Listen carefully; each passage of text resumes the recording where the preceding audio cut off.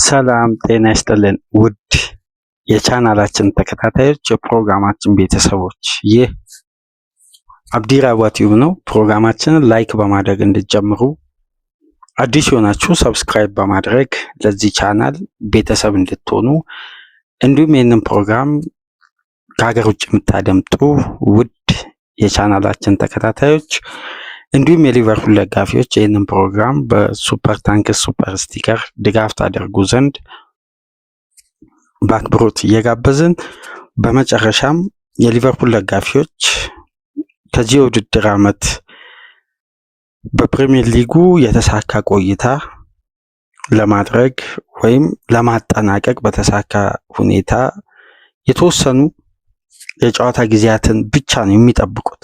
ከዛም በኋላ እንግዲህ የፕሪሚየር ሊግ ዋንጫ ሊቨርፑል ለ20ኛ ጊዜ ለማሳካት ከየትኛውም ጊዜ በላይ ተቃርቦ ነው የሚገኘው። በእነዚህ ሁሉ የደስታ ማዕበሎች ውስጥ ሆነው ሊቨርፑሎችን ግን የሚያሰጋቸው ጉዳይ አልጠፋም ነበር። በዘንድሮ የውድድር ዓመት ሁሉም ሊቨርፑል ከዋንጫ ጋር በተያያዘ ቁጥር የዚህ ዋንጫ ትልቁን ኃላፊነት ትልቁ ሚና የተወጡ ተጫዋቾች እነማን ናቸው ብሎ ደጋፊው የእግር ኳሱን ቤተሰብ ሲለይ ሁለት ተጫዋቾች በሙሉ የቡድን ስራ የተገኘ ዋንጫ ቢሆንም ግን የአንዳንድ ተጫዋቾች ተጽዕኖ ደግሞ ከቡድን ስራም አልፎ በግል በነበራቸው አስተዋጽኦ የላቀ ድርሻውን ይወስዱና እነዚህን ተጫዋቾች ማስቀጠል ለሊቨርፑል የቤት ስራ ሆኖ ሰንብቷል። የሊቨርፑል ደጋፊዎች የሚፈልጉት የመረጃ ሁኔታ አለ። የክለቡ አስተዳዳሪዎች ደግሞ የሚጠብቁት ቅድመ ሁኔታ አለ። በእነዚህ ሁለት ነገሮች መሃል የነበረው ውጥረትና ጭንቀት በመጨረሻም እፎይታን የፈጠረ መረጃ ተረጋግጦ በታማኝ ዘጋቢዎች፣ በታመኑ ምንጮች ከሊቨርፑል ከእንግሊዝ ሚዲያ እንዲሁም ከራሳችን ውስጥ አዋቂዎችም በስተመጨረሻ አረጋግጠን መረጃውን ይዘን መጥተናል። ከሁለት ቀን በፊት እንደነገርናችሁ ሊቨርፑል የቫንዳይክን እና የሳላን ኮንትራት ለማራዘም ከየትኛውም ጊዜ በላይ ተቃርቧል። ተጫዋቾቹ አሁን ላይ በቀረበላቸው ሶስተኛ ዙር ኮንትራት እንዴት እስከ ሶስተኛ ዙር ኮንትራት ድረስ ቆየ የሚለውን ጉዳይ በማብራሪያው ላይ እናነሳለን። ሶስተኛው ዙር ኮንትራት ሁለቱም ተጫዋቾች ተቀብለው በስተመጨረሻ ተፈራርመው ይፋ የሚሆንበትና የዶኩመንት ህጋዊ ስምምነት በህግ ደረጃ ተረጋግጦ ወደሚመለከተው አካል ተዘዋውሮ እንግዲህ ሊቨርፑል በቀጣይ 2-3 ቀናት የሁለቱን ተጫዋቾች ኮንትራት ማራዘምን ይፋ ያደርጋል ራሱ። ከዛ ቀደም ብሎ እንግዲህ እያንዳንዱን መረጃ ሲያነፈንፉ በየክለቡ ከውስጥ አዋቂዎች መረጃዎችን እየለቃቀሙ ፋታና ረፍት በሌላቸው ትላልቅ ዘጋቢዎች እንግዲህ በስተመጨረሻም ሳላም ቫንዳይክም ተስማምተው ኮንትራታቸውን ለቀጣይ 2 የውድድር ዓመት በቀዩ ማሊያ ለመቆየት የሚያደርጉትን ስምምነት አጠናቀዋል።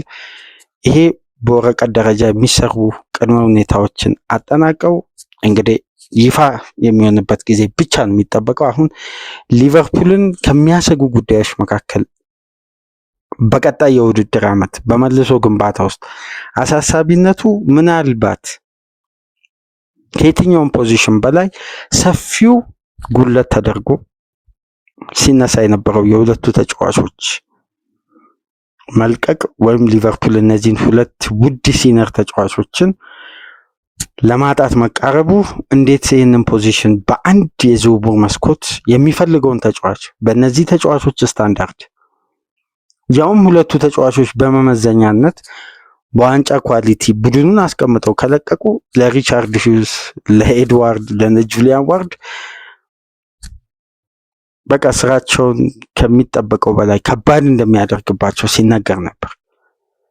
ነገር ግን ዘገባውን ስንመለከት አንዳንድ የታማኝ ዘጋቢዎችን ጽሁፎችን ስንመለከት እንዲሁም የራሳችን የመረጃ ምንጮችን ስናገላብጥ ያገኘነው እውነታ ግን ፍጹም እስካሁን ከምንሰማው ከምናዳምጠው ወይም እኛ ከጠበቅነው ወይም የምንሰማው እውነታና በዝውውር መረጃ ዙሪያ የሚሰሩ ግለሰቦች የሚያወሩት መረጃና የወጣው እውነታ በአንዳንድ ሁኔታ በኩል ፍጹም የማይገናኝ ነው።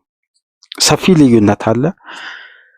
ለምን የሊቨርፑል ኃላፊዎች እንደቆዩ ምክንያታቸው ሌላ ነው። የሳላና የቫንዳይክ ቆይታ ሳይረጋገጥ ተጫዋቾቹን ውጥረት ውስጥ ከተው የሊቨርፑል ኃላፊዎች በሚዲያ ፊት ተጋፋጭ አድርጓቸው ቁጭ ብለው እያንዳንዱ ጉዳይ ሲከታተሉ የነበሩበት ዋነኛ ምክንያት አሁን ላይ ደግሞ ሌላ ጉዳይ እንደሆነ ነው። የታማኙ የእንግሊዝ ዘጋቢ ዴቪድ ኦርኒስተንን ሙሉ መረጃ ከተመለከታችሁ እንዲሁም በኤንቢኤስ የሰጠውን የቪዲዮ የምሽቱን ላይቭ ከትናንት በስቲያ በሰራነው ፕሮግራም በቀጥታ ለ5 ደቂቃ የቆየ ነው። የምሽቱ ደግሞ ለ26 ደቂቃ የቆየ ነው እና በርካታ ዘገባዎችን ተመልክተናል። ከዛም በኋላ ደግሞ ደንዲልን ፋብሪዚዮ ሂር ዊ ጎ ብሎ አረጋግጦ ነበር። እንዴት ነው የኮንትራታቸው ጉዳይ ግን እስካሁን ድረስ በሊቨርፑል ቤት እንዲህ ሊዘገይ የቻለው? አንድ ከዚህ በፊት በሶስቱ ተጫዋቾች የኮንትራት ጉዳይ ከአባ ጋር አንድ ውይይት አድርገን ነበር። ያውም ለ40 ደቂቃ ምናምን መሰለኝ ከ3 ወር 4 ወር ቀደም ብሎ እና በወቅቱ በምናደርግበት ውይይት ወቅት አባ ያነሳው አንድ ትልቅ ሀሳብ ነበር። ውጪ ላይ ስላለው ጩኸትና እያንዳንዱ ጉዳይ የሊቨርፑል ዋናው ሲኢኦ በኤድዋርድ የሚመራው አዲሱ ቡድን የትኛውንም ጉዳይ ውጪ ስላለው ሁኔታ ሳይሆን በስሌትና ብልሃት በተሞላበት መልኩ ነው ውሳኔዎች የሚያስተላልፉት። ደጋፊው የሚፈልገውን ሳይሆን ይሄ ቡድን በቀጣይነት የሚያስፈልገውን ውሳኔ ሊወስን የሚችሉት። ስለዚህ እዚህ ጋር ባለው በጊዜያዊ ጉዳይ ሳይሆን እስከ መጨረሻ ድረስ መመልከታቸው የሚቀር አይመስለኝም የሚል ጥቆማ ሲያነሳ ነበር በተደጋጋሚ። በኮንትራት ዙሪያ በሰራናቸው ፕሮግራሞች ላይ ወደኋላ መለስ ብላችሁ ብትመለከቱ ሶስቱንም ተጫዋቾች አሁን ላይ እንደማያስፈርሙ ነው እኔ የሚሰማኝ ብሎ በውድድር ዓመቱ መጨረሻ ከነመመዘኛቸው ክራይቴሪያቸውን አስቀምጠው በዛ ቅድመ ሁኔታ ሲስማሙ ሊፈርሙ ይችላሉ፣ ወይም ወደ ውድድር ዓመቱ መጨረሻ ይህን ጉዳይ ቁርጡን ልናቅ እንችላለን እንጂ አሁን ላይ የዝውውር መረጃ በስፋት የሚጽፉ ወይም መረጃዎችን የሚለቃቀሙ ዘጋቢዎች የሚዲያ ፍጆታ እየተጠቀሙ ነው እንጂ እውነታው ይሄ እንዳልሆነ ነው እኔ የሚሰማኝ የሚል ሀሳብ በተደጋጋሚ ያነሳ ነበር። ያገኘነውን መረጃ በየጊዜው ስናጋራችሁ ከነበረው ቅድመ ሁኔታ ጋር አንዳንድ ጉዳዮች ጋር ስናነሳ የጠቀስናቸው ጉዳዮች ግን አሁን ላይ በኮንትራት ውስጥ ድርድር ወቅት ያልተካተቱ ናቸው። እነዚህ እንዴት እንደሆኑና በስተመጨረሻም እንግዲህ ያው ረጅም ዓመት ከ35 ዓመት በላይ አባ ሊቨርፑልን መደገፉን ተከትሎ ምን አይነት አስተዳደራዊ ጉዳይ በተለይ የፌኖ ስፖርት ግሩፕን የአሰራር ደንብ በደንብ ስለሚያውቀው ይቆያሉ የሚለው ጉዳይ በስተመጨረሻ አሳማኝ ሆኖ እንግዲህ አሁን ላይ ነው ከሁለቱ ተጫዋቾች ጋር ስምምነት ላይ ተደረሰው። ዋነኛው ጉዳይ ሲጠቀስ የነበረው የሊቨርፑል የፋይናንስ ስርዓት ደንብና ለ32 ዓመት ተጫዋችና ለ33 ዓመት ተጫዋች አሁን ላይ በቀጣይ ጁን 33 ዓመቱ የሚገባው ሳላ በቀጣይ ጁላይ ደግሞ 34 ዓመቱ የሚይዘው ቫንዳይክን ሊቨርፑል እንዴት ነው ረጅም ኮንትራትና ይሄን ያክል ፓኬጅ ክፍያ የሚከፍለው የሚለው ጉዳይ ነበር ሲያጨቃጭቅና ሲያከራክር ነበር። አንዳንድ ለሊቨርፑል ቅርብ የሆኑ ዘጋቢዎችን በእንግሊዝ አብዛኛው የሚዲያ ባለሙያዎችም የሚነገረው ሁለቱን ተጫዋቾች ሊቨርፑል ቢሸኝ በጊዜ ሂደት ይተካል። ትሬንት አሌክሳንደር አርኖልድ ነው ለመተካት የሚከብደው። አርኖልድን ቢያቆይ ይቀላል ሁለቱን ከሚያቆይ። በአንድ ወቅት ባለሳሳት ግራም ሱነስ መሰለኝ የሁለቱን ደሞዝ ለአርኖልድ መክፈሉ ነው የሚቀለው ሁለቱን ከማቆየት ይልቅ። በትክክል ይሄን ፊል አደርጋለሁ። ግን የተሻለው ሁሉ ተደርጎ ሶስቱ ቢቆዩ ካልሆነ ግን አርኖልድን ከማጣት ሁለቱን ማጣት ይቀላል የሚል በስካይ ስፖርት ወደ ፈረንጆቹ ዲሴምበር አካባቢ መሰለኝ ይሄን ሀሳብ ሲሰጥ ነበር። እስካሁን ድረስ ግን በአንድ ሀሳብ ላይ ጸንቶ ሀሳቡን ሳይቀይር በተጫዋቾች ብቃት አይደለም እድሜ አይደለም በወቅታዊ ሁኔታ ብቻ ሳይሆን ቀጣይ የሊቨርፑልን ግንባታ ታሳቢ አድርጎ ብልህ አስተያየት ሲሰጥ የቆየው ጂሚ ሬድናፕ ነው።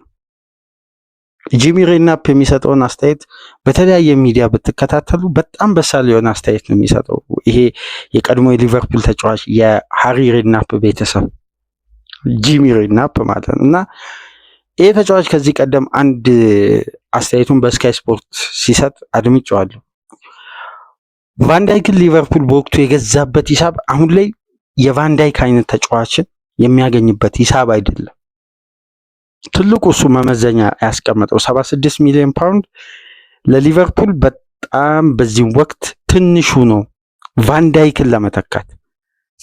ግን በወቅቱ በአሰልጣኝ ጆዜ ሞሪኖ ሳይቀር የተጠለጠለበት ዝውውር ነው። ሊቨርፑል ግን ከ2018 እስከ 2025 ድረስ ለ7 ዓመት ቫንዳይክን ሲጠቀም ለ8 ዓመት ኮንሲስታንሲን ይሄ ተጫዋች ሲያሳይ ነበር። ከአንድ የውድድር ዓመት ውጭ በኤሲኤል ጉዳት ሙሉ የውድድሩን ዓመት ከ11 ጨዋታ በላይ ሳያደርግ ያመለጠው የውድድር ዓመት እና አሁን ሊቨርፑል ገበያ ላይ ቢወጣ በ76 ሚሊዮን ፓውንድ ቫንዳይክን ባገኘበት እድሜ ቫንዳይክን ባስፈረመበት ልምድና ብቃት ያገኛል ወይ? ትልቁ ጥያቄ። ምናልባት የማርኬቱ ደረጃ ሽፍት ያደረገበትን ሂደት ብንመለከት 135 ሚሊዮን ፓውንድ ቫንዳይክ በዚህ ወቅት በዚህ ብቃት፣ ነገር ግን እድሜው ሊቨርፑል የተዘዋወረበት የውድድር ዓመት ቢሆን ሊቨርፑል ቫንዳይክን ለማስፈረም 135 ሚሊዮን ፓውንድ ማውጣት አለበት የሚል ሬት አስቀመጠ። ይሄ እንደ ቡድን ስትራቴጂ የሚወደድ የገበያ ሂደትን የሚያጠኑበት አንደኛው መንገድ ነው እና ይህን ጂሚ ሬድናፕ እንደ ሀሳብ አስቀመጠ። ለማመን የሚያስቸግረው ደግሞ የመሐመድ ሳላህ ክፍያ ነው። ሊቨርፑል 39 ሚሊዮን ፓውንድ በአጠቃላይ ፓኬጅ ለመሐመድ ሳላህ ሲከፍል ይህን ተጫዋች በቀጣይነት ሊቨርፑል ምን ያክል ጊዜ ያገለግልኛል የሚለውም በሊቨርፑል ሪሰርች ዲፓርትመንት ክፍል በኢያን ግራም አማካኝነት ጥናት ሲደረግ በራደር ውስጥ የተያዙ ተጫዋቾች አሁን ላይ ያሉበትን ደረጃ ተመልከቱ ይላል ጂሚ ሬድናፕ። ማሪዮ ጎትዘን፣ ጁሊያን ብራንደንትን፣ የተለያዩ ተጫዋቾች የርገን ክሎፕ የፈለጓቸው ማርኮስ ሮስን ጨምሮ 3 ጀርመናውያን ነበሩ በሊቨርፑል ሊስት ውስጥ። ሌሎች ተጫዋቾችም ነበሩ። ከመሐመድ ሳላህ ጋር እኩል በፊት መስመር በኩል እኮ የተያዘው የነ ዲየጎ ኮስታም እቅድ ነበር። የተለያዩ አጥቂዎች ነበሩ በጊዜው ሊቨርፑል ቤት ይመጣሉ ተብሎ የታሰቡ በወቅቱ ውድና ምርጥ አጥቂ ነበሩ። የነማሮ ኢካርዲ ጭምር ፕላን እንደነበር ይታወቃል። በተለያዩ ፕሮግራሞች አንስተናል። እነዛን ጉዳዮች ሲተውና ሳላህ ላይ ሲወስኑ የዚህ ተጫዋች ጤንነት፣ አገልግሎት በወጥነት ሊቨርፑልን እንዴት ሊያገለግል እንደሚችልና የዋጋ ጥናቱን ገበያ ላይ ይህን ተጫዋች ሊቨርፑል የሚያስፈርምበትን ዋጋና የሚሰጠውን አገልግሎት ነው ከግምት ውስጥ ያስገቡት። አሁን ሁለቱን ተጫዋቾች ሊቨርፑል በድምሩ ወደ 110 ሚሊዮን ፓውንድ ነው ያወጣው። አሁን ግን ሳላህን ለመተካት በሁለቱ ተጫዋቾች ሂሳብ እንኳን ገበያ ላይ ላያገኝ ይችላል። ይሄን አሁን የጂሚ ሬድናፕን ሀሳብ አብዛኛው የእግር ኳስ ቤተሰብ በስተመጨረሻ እየተስማማ የመጣው። እንግሊዞች በአብዛኛው ለራሳቸው ዜጋ አድልተው አስተያየት እንደሚሰጡ ይታወቃል። ግን ጂሚ ሬድናፕ በገለልተኛነት ነው የሰጠው። ትሬንት ኮንትራቱን ባይፈርም ፍላጎቱን ካዳመጠ ትክክል ተገቢ ነው። ቢፈርም በይበልጥ ይወደዳል። ፍላጎቱን አድምጦ ደግሞ የተሻለ ልምድን ፈልጋለሁ ብሎ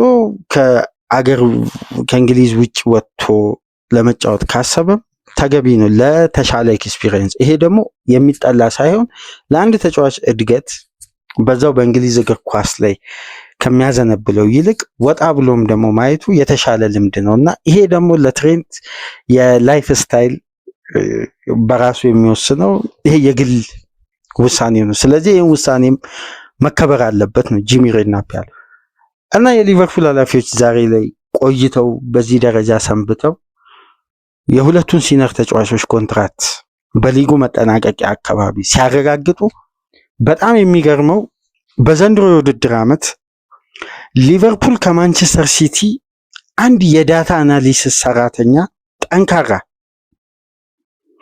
በጣም ሰፊ የሆነ የዳታ አናሊሲስ የሚሰራ ከኢያን ግራም መልቀቅ በኋላ የሊቨርፑል የሪሰርች ዲፓርትመንት ክፍል ሌላ 8 ባለሙያ ቀጥረዋል። 8ቱ ባለሙያዎች የሚሰሩበት የዳታ አናሊሲስ ስራ ፍጹም የተለየ ነው። የተጫዋቾች ምልመላ ብቻ ሳይሆን ወቅታዊ ብቃት ከዚህ በፊት የኤድዋርድ ማሽን የሚባለው ወይም ኮምፒውተሯ የምታጠናው አንደኛው ጥናት ተብላ የምትጠቀሰው ምንድነው የአንድ ተጫዋች ኮንሲስተንሲ ለ32 ጨዋታ በአቨሬጅ ተከላካይም ሆነ አጥቂም ሆነ በዚህ ቁጥር ነው የሚሰላ የነበረው 32 የሊግ ወይም ከሊግም ውጪ ባለው ውድድር። በጣም የሚገርመው የሀገራዊ ውድድር ላይ ያደረገው የጨዋታ ብዛትና ተሳትፎን ሁሉ ያካተተ ነው ስታቲክሱ በአጠቃላይ የሚጠቅሰው። ስለዚህ በዘንድሮ የውድድር ዓመት ሊቨርፑል እስካሁን ድረስ የቫንዳይክና የሳላን ኮንትራት ለሁለቱም ኤጀንቶች ጥያቄ ቀርቧል። ከራሂም አባስም ከቫንዳይክም ኤጀንት ጋር ድርድር ተጀምሯል። የተጀመረው በኖቬምበር ወር ነው። ግን የሊቨርፑል የመጀመሪያ ጥያቄ የነበረው ቫንዳይክም ሳላም በተመሳሳይ ደሞዛቸው እንዲቀጥሉ ነው። ነገር ግን ምንም አይነት ቦነስን አያካትትም። ሎያሊቲ ፊርማቸውም የሚያገኙት የተወሰነ የቦነስ ክፍያ አንድ ዙር የሚከፈል እንጂ በውድድር ዓመቱ እንደዚህ ዋንጫ ሊቨርፑል ሲያሳካ እንደዚህ የሚል ስትራክቸር የለው። ኖቬምበር ወር ውስጥ የምታስታውሱ ከሆነ መሐመድ ሳላ ሳውዛምፕተን ላይ ግብ ካስቆጠረ በኋላ ሊቨርፑል ካሸነፈ በኋላ ለሲቢሲ በይፋ ወጥቶ እኔ አሁን ከመቆየቴ ይልቅ መውጣት ያዘነበለ ነው ክለቡን ለመልቀቅ በዚህ ውድድር ዓመት መጨረሻ እንግዲህ የምናየው ነው የሚሆነው፣ ግን አሁን ላይ ባለው ሁኔታ እንደምለቅ ነው የሚሰማኝ ብሎ ተናግሮ ነበር። ልክ ወደ የውድድር ዓመቱ ሲጀምር በኦገስት አካባቢ የቫንዳይክን አስተያየት የምታስታውሱ ከሆነ ምንም ስለ ኮንትራት ስምምነትም አልተደረገም። እኛ በኮንትራቱ ዙሪያ ያወራነው ነገር የለም። እስቲ ለወደፊት የምናየው ጉዳይ ነው። አሁን ለዚህ የውድድር ዓመት ነው ዋና ትኩረት ያለ። ወደ ዲሴምበር አካባቢ የምንም የኮንትራት ድርድር ከፍ ያለ ሂደት የለም። አሁን ላይ ያለው ሁኔታ ብዙም ፕሮግረስ ያደረገ ወይም በተሻለ ሌቭል እየተጓዘ ያለ የኮንትራት ሂደት አይደለም። ስለዚህ ለወደፊት የሚፈጠረውን እናያለን። የሁለቱንም አስተያየት አይታችሁ ከሆነ መልቀቅን ያዘነበለ ነው። በዚህ ወቅት ግን የሊቨርፑል ኃላፊዎች ጥያቄ የነበረው አሁን ላይ ባላቸው የኮንትራት ስኬልና ደሞዝ ክፍያ እንዲቀጥሉ። እውነታው ግን ለኤጀንታቸው ይሄ ይሁን እንጂ የጠየቁት ጥያቄ ከጀርባ የሚሰራው ጥናት ይሄ አልነበረም። ስለ ሁለቱ ተጫዋቾች አንዳንድ አሳሳቢ ጉዳዮች ቀጣይነት ሊኖራቸው የሚገባ ሂደቶችን መመልከት ስላለባቸው ውሳኔውን ለማስተላለፍ ሌሎች ክለቦች ገብተው ሃይጃክ አድርገው የተለያዩ ሂደቶችን ከኤጀንቶቻቸው ጋር እንዳያደርጉ በመጀመሪያ ደረጃ ሲነር ናቸው። ከዚህ ክለብ ጋር ያሳኩት ድልና ይሄ ክለብ ለነዚህ ተጫዋቾች መታወቅ ትልቅ ሚና ተጫውቷል ከኤርገን ክሎፕ ጀምሮ። ስለዚህ ታማኝነትን ለክለቡ ማሳየት እንዳለባቸው ከእድሜያቸው አንፃር በክለቡ ዙሪያም በደጋፊዎችም ዘንድ የሚወደዱበት ደረጃ ደግሞ ፍጹም የላቀ ስለሆነ እነዚህ ተጫዋቾች ቅድሚያ የሚሰጡት ለክለቡ ነው። ስለዚህ ሊቨርፑል ሃንድል ያደረገበት መንገድ የራሱንም ጥቅም ባማከለ መልኩ ጉዳዩን ይዞ የቆየው። ታዲያ ተጫዋቾቹ ከጊዜ ወደ ጊዜ የሚሰጡት የአስተያየት ቁጥር በቀነሰ ልክ አንዳንድ ሂደት ከጀርባ ሲኖር ነው አስተያየታቸው እየወረደ የመጣው። ሳላ እንደምታስታውሱት የመጨረሻ የማንቸስተር የኦልትራፎርድ ጨዋታ ነው ብሎ ተናግሯል። ኦልትራፎርድ ስቴዲየም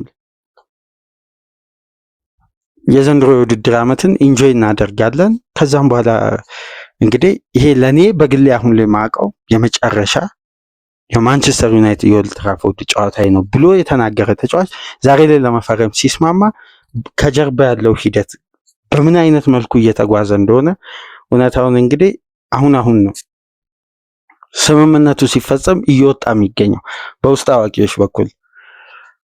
ታዲያ የኤድዋርድ ማሽን ያ ኮምፒውተር ፊት ለፊት ስክሪኑ ላይ የአንድ የሊቨርፑል ዘጋቢ በኤድዋርድ ቢሮ ወደ ሊቨርፑል ከተመለሰ በኋላ በአግዜ ትሬኒንግ ማዕከል በግራው የመግቢያ ወደ አግዜ ትሬኒንግ ማዕከል ሲገባ ካለው የግራ ኮሊደር ወደ ውስጥ ወደ 10 ሜትር ምናምን ከተጓዝክ በኋላ የመጀመሪያ ቢሮ በሲኢኦነት የኤድዋርድ ቢሮ ነው ይላል።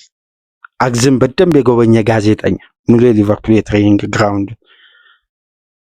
እዛ ቢሮ ከገባም በኋላ በተወሰኑ ጉዳዮች ኢንተርቪው ለማድረግ ነበርና ኤድዋርድ በአብዛኛው ለኢንተርቪው እና ለሚዲያ ቀርቦ አንዳንድ ጉዳዮችን ለማብራራት ስቴዲየም ውስጥ በካሜራ የታጀበ በተከታታይ እንዲህ አይነት እይታ ውስጥ የሚገባ ጉዳዮችን አይፈልግም። ይሄ ተፈጥሯዊ የኤድዋርድ የረጅም ጊዜ ልምድ ነው። ሜዳ ውስጥ መታየት አይፈልግም። ከሜዳ ውጭም በካሜራ በታገዘ ጋዜጣዊ መግለጫ ከኮቺንግ ስታፎች፣ ከአሰልጣኙ፣ ከቡድኑ ባለቤቶች ጋር እንዲህ አይነት ሂደቶች ላይ መታየት አይፈልግም። በጣም የሚያስገርመው በሻምፒዮንስ ሊግ ፍጻሜ ይሄ ስፖርቲንግ ዳይሬክተር ዋንዳ ሜትሮፖሊታኖ ነበር፣ ግን ካሜራዎች ሁላ አላገኙትም።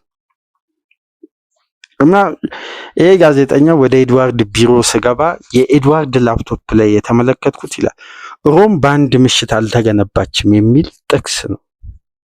የዌልፔፐሩ ፊት ለፊት ላይ የተመለከትኩት ሮም በአንድ ምሽት አልተገነባችም የሚል ነው። ፊት ለፊቱ ላይ የተጻፈው ጥቅስና ይህንን መነሻ በማድረግ ነው የተጫዋቾቹን ኮንትራት ጉዳይ ሂደቱን የሚያብራራው በሪቻርድ ሂውዝ የሚመራው ይሄ ጉዳይ የሚመለከተው ስፖርቲንግ ዳይሬክተሩ ነው። ግን በበላይነት የቀጥታ ውሳኔ አስተላላፊ ወይም ስራ አስፈጻሚው ኤድዋርድ ነው። ስለዚህ ይሄ ሂደትን ሪቻርድ ሂውዝ ይመራ እንጂ የሚጸድቀውም ትዕዛዝ የሚሰጠውም ከበላይ የስራ አስኪያጅ ዋናው ክፍል ነውና የሊቨርፑል ኃላፊዎች ትልቁ ስራ እስካሁን ድረስ የሁለቱን ተጫዋቾች ኮንትራት ያላራዘሙት ቡድኑ በዘንድሮ የውድድር ዓመት ከ45 ጨዋታ በላይ እስከሚያደርግ እየጠበቁ ነበር። በእነዚህ 45 ጨዋታዎች ውስጥ መሐመድ ሳላና ቨርጂል ቫንዳይክ የሚሰጡት አገልግሎትና ኮንሲስታንሲ ከጤንነት ከአካል ብቃት አንጻር መዳከም፣ መዛል፣ የተለያዩ ሁኔታዎች በእነዚህ ሁለት ተጫዋቾች ዙሪያ ከፍተኛ ጥናት ሲደረግ ነበር። ቅድም የጠቀስኩላችሁ ከሲቲ የመጣው ያ የቪዲዮም የዳታ አናሊሲስም የፐርፎርማንስ አናሊሲስ የሚመራ በሊቨርፑል ሪሰርች ዲፓርትመንት ክፍል ከተጨመሩ 8 አባላት ውስጥ በዋነኝነት የተቀጠረው ይሄ ስራ አስኪያጅ የእነዚህን ተጫዋቾች የብቃት ሁኔታ ለረጅም ጊዜ ሲከታተሉ ነበር። ሊቨርፑል ከ45 ጨዋታ በላይ ሲያደርግ በዚህን ሰዓት አሁን ለምሳሌ በሊቨርፑል ቤት በሜዳ ውስጥ በርካታ ደቂቃ የቆዩ ተጫዋቾች ሁለቱ ናቸው። ከሁለቱ በላይ ለሊቨርፑል የተጫወተ ተጫዋች የለም ሜዳ ውስጥ በመቆየት ቫንዳይክ እና ሳላ ማለት ነው። ይህንን ኮንትራት ይህን ስህተት ሊቨርፑሎች ላለመድገም እንደ ሌሎች ክለቦች የፈለጉበት ዋነኛ ምክንያት የተለያዩ ተጫዋቾች አሉ በየክለቡ ኮንትራትን ካገኙ በኋላ ብቃታቸው የዛ ኮንትራት ማግኛ ወቅት ነበር በከፍተኛ ሁኔታ ሲያገለግሉ ይቆይ። ግን የቫንዳይክ እና የሳላ ኮንትራት ለማግኘት እንዳልሆነ የቡድኑ ውጤት ይነግራል የሚለው እውነታ አሁን ላይ አሳማኝ ሆነ ሊቨርፑል የደረሰበት ደረጃ። ስለዚህ ኖቬምበር ላይ የቀረበውን ውል ሊቨርፑሎች በቶሎ ነው ፌብሩዋሪ መጨረሻ አሻሽለው ያኔ የምታስታውሱ ከሆነ ፕሮግራም ሰርተን ነበር። አሁን የመጀመሪያ ሊቨርፑል ጠንካራውን ውል ለሶስቱም ተጫዋቾች አቅርበዋል።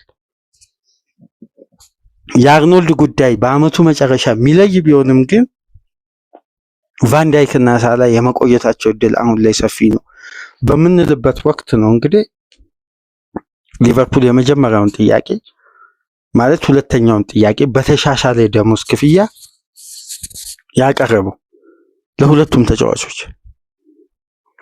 በዛም ወቅት እንግዲህ ቫንዳይክ አሁን ላይ ከሚያገኘው 220,000 ፓውንድ ወደ 250,000 ፓውንድ ተጫዋቹ ባሎንዶርን ጨምሮ የተለያዩ ሽልማቶችን በግል የሚያሳካ ከሆነ በኮንትራቱ ላይ ከፍተኛ ቦነስ ተካቶበት ኮንትራት ቀረበለት። ቫንዳይክ ኮንትራቱን ለማዳመጥ ያኔ ነው የመጀመሪያ ፍላጎቱን ያሳየው። ከዛች ወር በኋላ ቫንዳይክ የሰጠውን የመጀመሪያ አስተያየት ብትመለከቱ ባለፈው ሰኞ ነበር።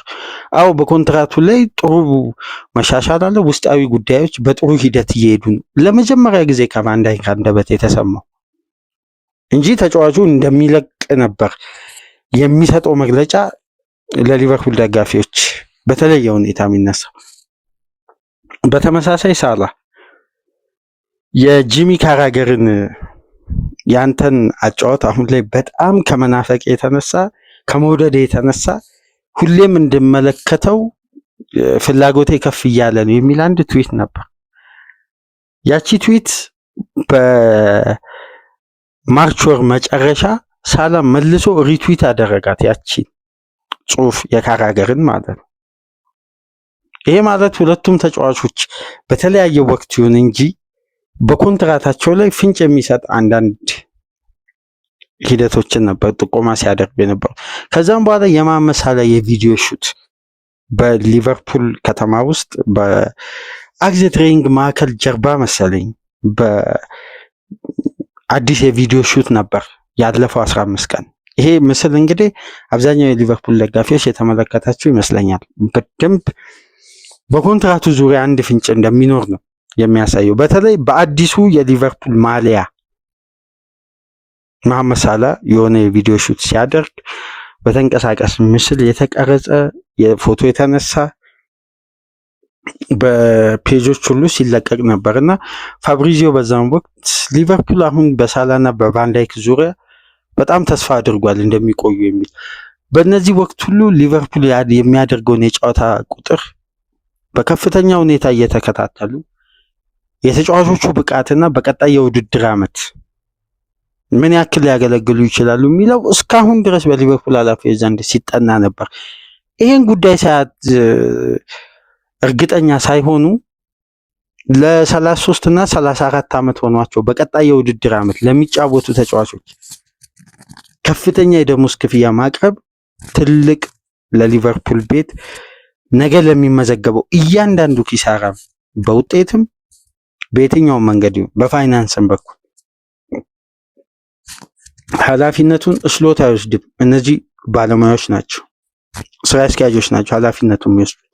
ስለዚህ ይሄን ጉዳይ ሲያጠኑ ነበር የቆዩት። በዚህ እድሜ ይሄን ያክል ጨዋታ ካደረጉ በቅድመ ውድድር ዝግጅት ወቅት ከወዲሁ አንዳንድ ዘገባዎችን ከተመለከታችሁ መሐመድ ሳላ ወደ ኢንተርናሽናል ጨዋታ ላለመሄድ ቀደም ብሎ ለግብጽ ፌዴሬሽን አሳውቋል። አገራችን ኢትዮጵያ የመልስ ጨዋታ በካይሮ አላት ከ2-0 ሽንፈት በኋላ። በዛ ጨዋታ እንኳን ሳላ የመኖሩ ጉዳይ አሁን ላይ አጠራጣሪ ላይኖር የሚችልበት እድል ሰፊ ነው። ምክንያቱም ተጫዋቹ የዘንድሮ የውድድር ዓመት ተደራራቢ ጨዋታና አድካሚ ስኬጁል ለቀጣይ የውድድር ዓመት በተሻለ ብቃት በዚሁ ጤንነትና ፊትነስ ለመገኘት ሲል አብዛኛውን የሪከቨሪ ጊዜና የዝግጅት ወቅት እንደሚያሳልፍ ቀደም ብሎ ለግብጽ ፌዴሬሽን አንዳንድ ጉዳዮችን እንዳስገባ ከወዲሁ የሊቨርፑል ውስጥ አዋቂዎች እነ ሉዊስ ቲል እየዘገቡ ነው የሚገኙት በዴይሊ ሜል በኩል። እነዚህ ሁኔታዎች የሚያሳዩት ለቀጣይ የውድድር ዓመት ከወዲሁ ሳላ ራሱን ለማዘጋጀት የቫንዳይክ ጤንነት አስተማማኝ መሆኑ ሁለቱን ተጫዋቾች ሊቨርፑል ካቆየ ትልቁን ቀዳዳ በአጭር ጊዜያት ውስጥ ነው መድፈን የቻለው። እኔ የትኛውም ተጫዋች ፖዚሽን ተጫዋች ቤት ተጫዋች ሊተካ ይችላል። ሊቨርፑል ግን ሂደቱ ከባድ ነው። ሲቲ እንኳን ዲብሮይነን ለመተካት ስንት ቦታ ነው እየረገጠ የሚገኘው? ፍሎሪያን ዊዘ፣ ሞርጋን ጊብስ ዋይት፣ እዛ ጀማል ሙሳይላ ጋር ሲቲ በርካታ ተጫዋቾች እየተመለከተ ነው ለመወሰን እንኳን። ስለዚህ የሊቨርፑል ኃላፊዎች በስልት በብልሃት እርጋታ በተሞላው መልኩ በስተመጨረሻም ሁለቱን ተጫዋቾች በሊቨርፑል ቤት ለማቆየት ከኤጀንታቸው ጋር ከሁሉም ቅድመ ሁኔታዎች ጋር ተስማምተው ቨርጂል ቫንዳይክ እና መሐመድ ሳላ እስከ 2027 የሚያቆያቸውን ኮንትራት ለመፈረም ተስማምቷል። በቅርቡ ይፋ ይሆናል። እንግዲህ ጉዳዩ አሁን 100% በየትኛውም መመዘኛ ስለማይፈርስ ተረጋግጧል። እስከ 2027 ሁለቱም ተጫዋቾች በሊቨርፑል ቤት ይቆያሉ። ሳላ እንግዲህ የመጨረሻ የኮንትራቱ ዘመን ላይ የሚያገኘውን ደሞዝ በተደጋጋሚ ይህን ጉዳይ ወደኋላ በሳላ ዙሪያ የሰራነው የኮንትራት ሂደት ላይ አንስተናል። የመጀመሪያ የሳላ ደሞዝ ይሄ የሚጠናቀቀውን ኮንትራት ሲፈርም 350,000 ፓውንድ ነው። ነገር ግን ክሎፕ በወቅቱ ካስቀመጡት የኮንትራት ሂደት ጋር ከተደራደሩበት አንዱ መመዘኛ የኮንትራቱ የመጨረሻ የውድድር ዓመት ሲሆን ተጫዋቹ 400,000 ፓውንድ ነው የሚያገኘው። ይሄ ውሉ ላይ የሰፈረ አንዱ ጉዳይ ነው። በዚህ ደሞዝ ሳላ ለመቆየት ተስማምቷል። ግን ሊቨርፑል የዘንድሮ የውድድር ዓመትን የፕሪሚየር ሊግ ዋንጫ ሲያሳካ ሳላ 4.5 ሚሊዮን ፓውንድ ያገኛል። ቦነስ ማለት ነው። ይሄ ኮንትራቱ ላይ የሰፈረ ነው። ሳላ ባለንዶር የሚያገኝ ከሆነ ሊቨርፑል 6.5 ሚሊዮን ፓውንድ ይከፍላል። ሳላ የዓለማችን ምርጡ ተጫዋች ተብሎ ከተሸለመ ሊቨርፑል 8.9 ሚሊዮን ፓውንድ ይከፍላል። በአጠቃላይ የአዲሱ ኮንትራት ፓኬጅ 42 ሚሊዮን ፓውንድ ነው ለሳላ የሚከፈለው። ነገር ግን በጎና መልካሙ ዜና ለሊቨርፑል ደጋፊዎች በፋይናንስ ስርዓቱ በኩል የሳላ ደምና የቫንዳይክ ደሞዝ ለሊቨርፑል ትልቅ የዝውውር ሂደት ላይ የሚፈጥረው እንቅፋት ይኖራል የሚል የየራሳቸውን ግምት ተንታኞች ሲያስቀምጡ ነበር። ምንም አይነት ግንኙነት የለውም ከሊቨርፑል የመጀመሪያ ዙር ኢኒሻል በጀት ጋር አይገናኝም የሳላና የቫንዳይክ ኮንትራት ጉዳይ። ምክንያቱም ደግሞ በተጠናቀቀው የውድድር ዓመት ኮንትራታቸው ተጠናቆ ከክለቡ በነፃ የለቀቁ ተጫዋቾች አሉ። ለምሳሌ ዘንድሮ ከክለቡ ጋር ያልቀጠሉት ጆኤል ማቲፕ፣ ቲያጎ አልካንትራ፣ የነ ጀምስ ሚልነር በተጠናቀቀው በሊቨርፑል ቤት ከፍተኛ የደሞዝ ስኬል የሚያገኙ ተጫዋቾች በነፃ ለቀዋል። የነዛ የደሞዝ ስኬልና ሊቨርፑል በፋይናንስ ስርዓቱ በኩል ባገኘው ስፔስ የነዛን ደሞዝ ነው ለቫንዳይክ እና ለሳላ በሽግሽግ ያቀረበው። ስለዚህ ሊቨርፑል በዝውውሩ ላይ በቀጥታ ለመግባት የግድ ቫንዳይክ እና ሳላ መልቀቅ የለባቸውም ወይም የነሱ መፈረም ሊቨርፑልን በዝውውሩ ላይ የተለየ ፕላን እንዲያደርግ የሚያደርገው ምንም አይነት ጉዳይ የለም። በተለይ ደግሞ በፕሪሚየር ሊግ ለመጀመሪያ ጊዜ ባለፉት 20 ዓመት በትርፍ ደረጃ ለመጀመሪያ ጊዜ ማንቸስተር ዩናይትድን በታሪክ የበለጠ ብቸኛ ቡድን ሆኗል በገቢ። ይሄ መዘንጋት የለብንም። ምንም እንኳን 53 ሚሊዮን ፓውንድ ከታክስ በኋላ ሊቨርፑል ቢከስርም ከታክስ በኋላ 53 ሚሊዮን ፓውንድ ከስሯል። ግን የሚያስገርመው ነገር ከቶፕ 6 ክለቦች ትንሹን ኪሳራ ያስመዘገበው ሊቨርፑል ነው። አንድ ቡድን በአንድ የውድድር ዓመት በሂሳብ መስገቡ ላይ መክሰር የሚችለው 121 ሚሊዮን ፓውንድ ነው በሙሉ ከታክስ በኋላ። ከኔት ስፔንድ በኋላ ደግሞ የሚያስመዘግበው ኪሳራ 102 ሚሊዮን ፓውንድ ነው። ከዚህ በላይ ከከሰረ ነጥብ ይቀነስበታል፣ ከሊጉም ሊወርድ ይችላል። አሁን ቼልሲ የገባበት ከባዱ ጭንቅ ማለት ነው።